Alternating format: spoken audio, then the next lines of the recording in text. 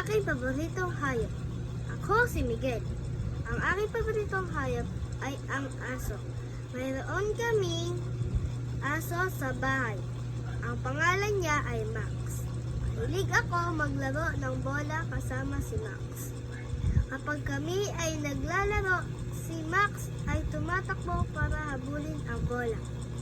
Napakasaya ng aming paglalaro. Mahilig din akong magpakain kay Max ng kanyang paborito pagkain.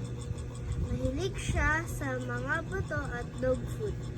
Masaya ako kapag nakikita ko siya na masaya habang kumakain.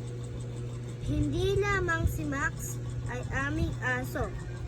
Siya ay isa sa aming pamilya. Mahal namin siya.